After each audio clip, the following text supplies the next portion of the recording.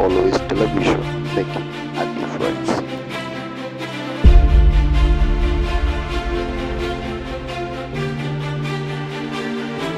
Welcome to Mia TV, Mission Always Television.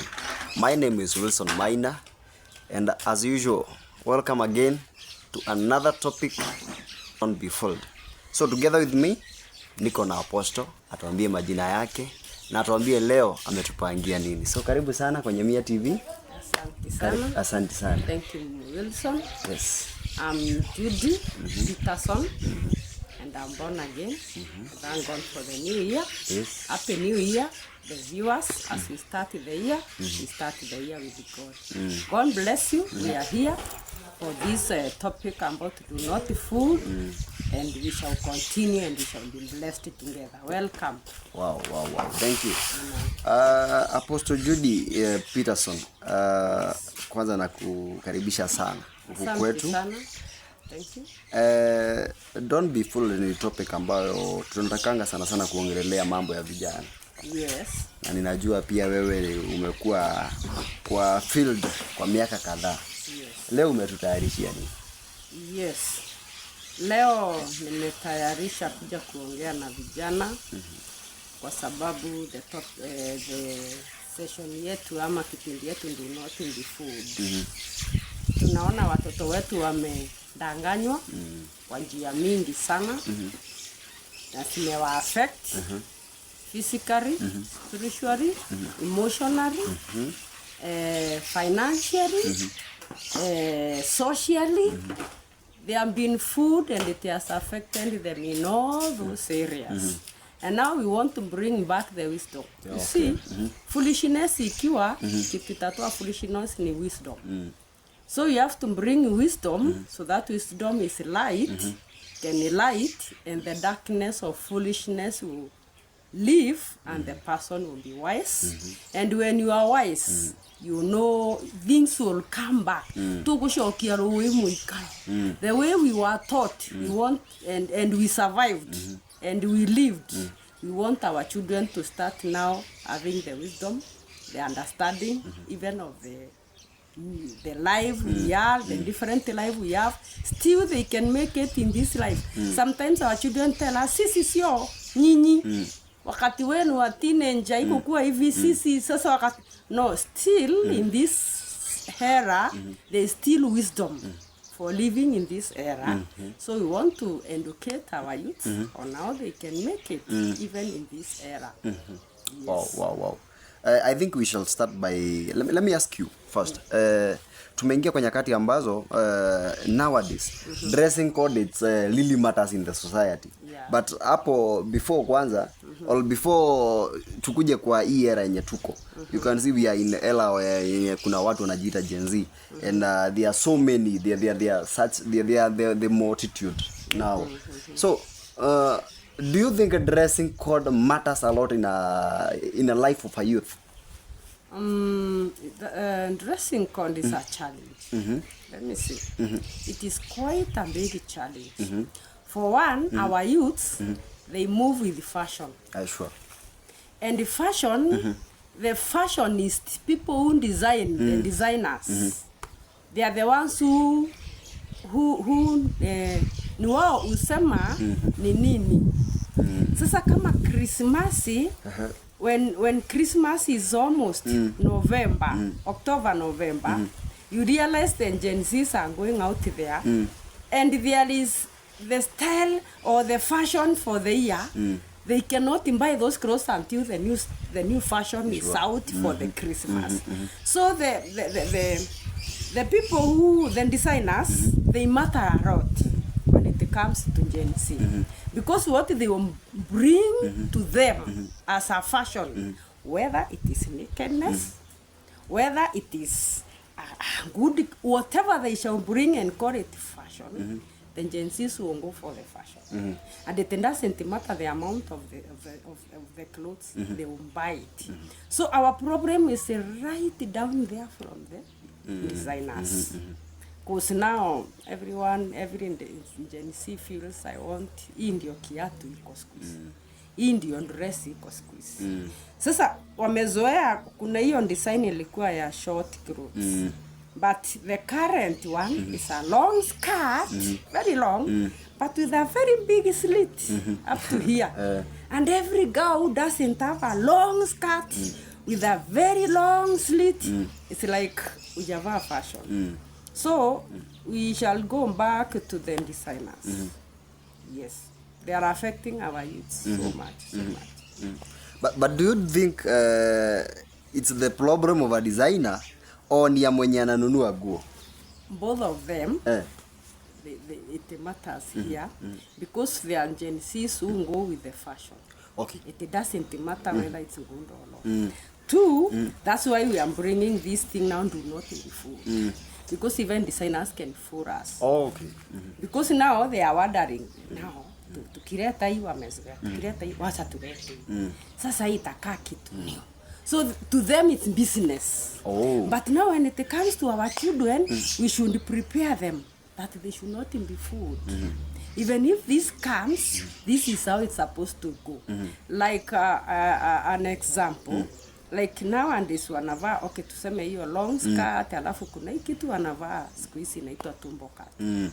It's just like just a normal black. It's just like a small top. And walivaa pore sasa wamezoea. I think that is to be fooled because mostly fashion affects the ladies. Sure. Men, I don't think they have much to change.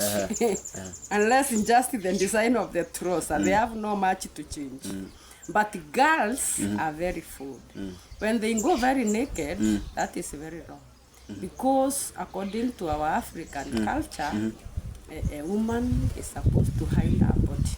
Oh.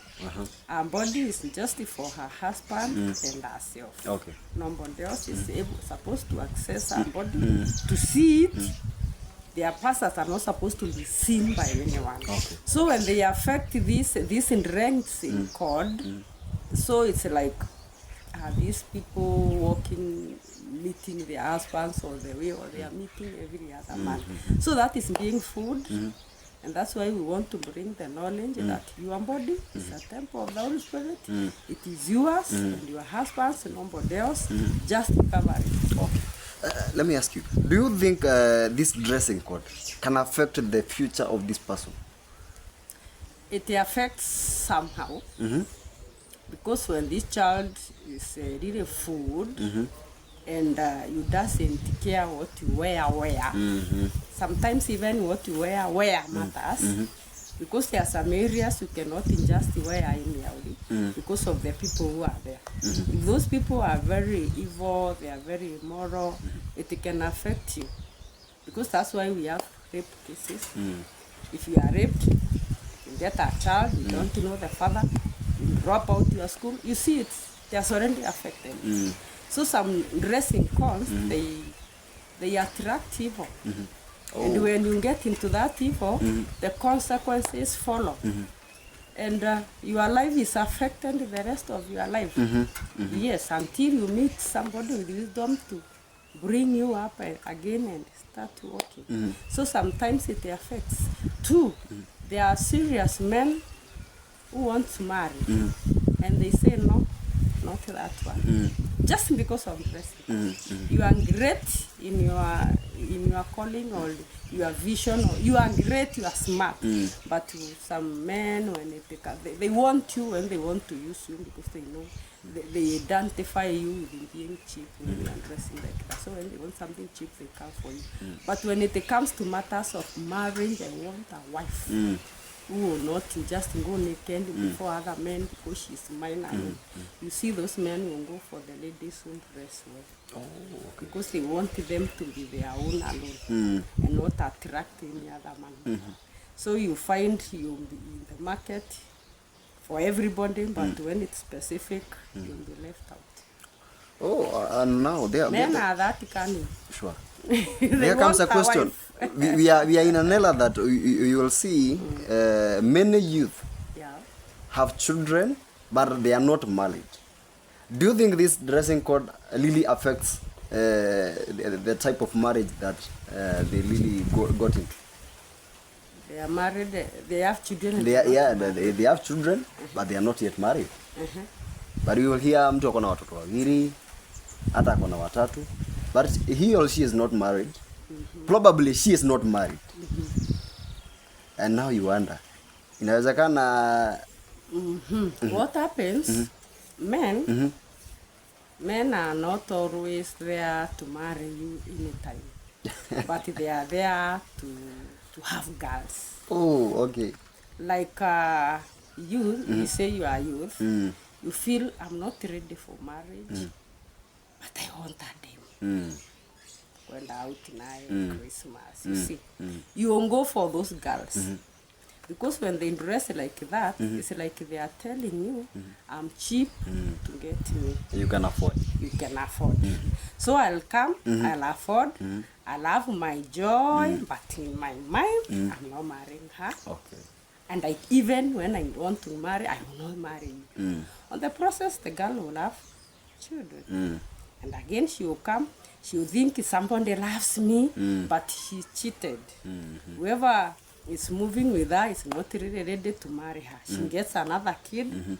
So, not to be fooled, it takes, now that point, it takes us to another point.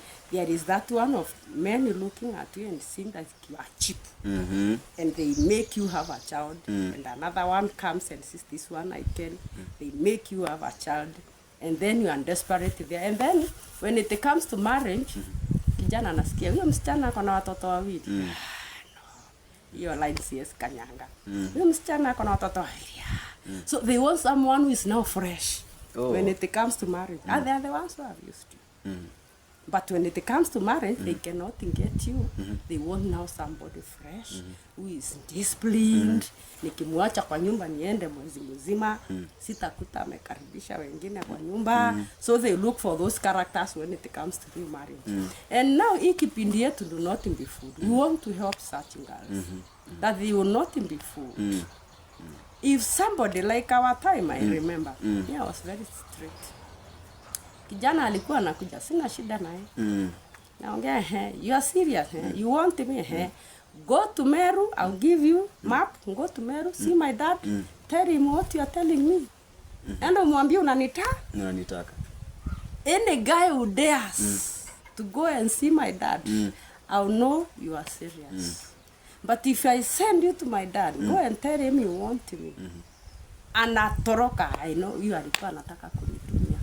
But mtu serious, ata take that serious. Oh, okay. So you have to not to be fooled. Maana hutajua nani yako serious anataka kukuoa. Wengine wanakupenda ukipata mtoto ama mbolo wanatoroka. But when you involve issues, matters concerning parents, only a serious man will stand that. Twende kwetu. Twende ukaone my sister. Twende ukaone my brother. Twende tukatembee ujulikane. Ukianza kupeleka kijana hivyo, only a serious guy will agree. But if somebody is not serious, we will disappear on the process. And there you won't be safe. Oh. Yeah. Let's talk about the young people in the young marriage. Yeah. Nowadays, we have a lot of separation. People are divorcing, like literally divorcing. What do you think is leading to these divorces? So many things. That's a very good question. Because we are here to help young people. Because right now, apart even from them that are divorcing, we have so many youths who have refused to marry. Of course, yes. We have men, they are not ready with so many reasons. We have ladies who are not ready to be married with so many reasons. And that's now my passion. If these people say, I won't be married, na nakuhesabia reasons, kweli unaona, it's like, hako na pointi zake. Mwingine, the lady, I'm not ready. So ladies are getting children. And they are not married. Ninataka mwanaume tu, anipe mtoto. Moja ama wawili. I'm done. I have money, I have everything. I will school, I take my children to school and give them my best, their best life, and they will be comfortable. I don't want a man. You see, we're in that era now. But it is really a disaster. First to themselves, second to the society, and first to God, second to themselves, and to the society. It is a disaster. Because to God, one thing I know, through marriage and with the right person, it is God's will. And we should cry for our children to marry the right person. So that when these two right people come together, God is interested with their seed. Sure. In that rightful marriage, God is now here interested with their seed. Because their seed, the Bible says in Isaiah, me and my children, we are for signs and wonders. Sure. So God is after these two right people. There's somebody I want them to bring to me. A doctor, a lawyer, a minister, a missionary, God does all engineer. You know, this world is God's, and is the one who has formed it, and is the one who has functioned everyone. Not really to give birth to preachers because we are preachers. But we need doctors, we need, and God has set this couple should come together and give me this and this and this and this. Now when this thing is not happening, first it is affecting God. You know, God in heaven, ana kazi yake si kulinda, ana mang'ombe na mabuzi, 24/7. He never sleeps, he never sleeps. His work is us.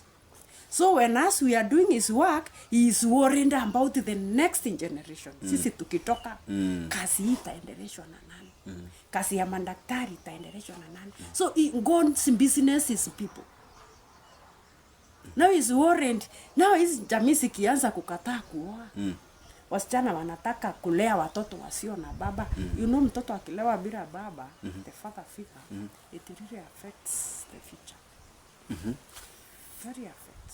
That's why we even advise wale kabisa ni single mothers. Shikanisha watoto wako na your brother to be their father. Let your best brother be their father. Figure. Uwe unamuita na wachapa. Uwe unawapeleka huko anandiru na wao. They should have a fatherly figure. So that kuna vitu uwe kwa ndani ya mtoto na figure ya baba. Na kuna vitu zinawekangwa ndani ya mtoto akikua na figure ya mama. That's why tuko hata nashinda mashule ya primary hata ya secondary. You realize all schools, majority of teachers are ladies. They destroy our sons. Sure. Unakuta from baby what up to grade 4, hakuna man figure. So kare kamboy akaoni figure ya man. Akaoni mtu anakuruma, akaoni mtu kanaona tu motherly love. Mtoto anakuwa na anapewa, and especially mtoto kama ametoka single mother.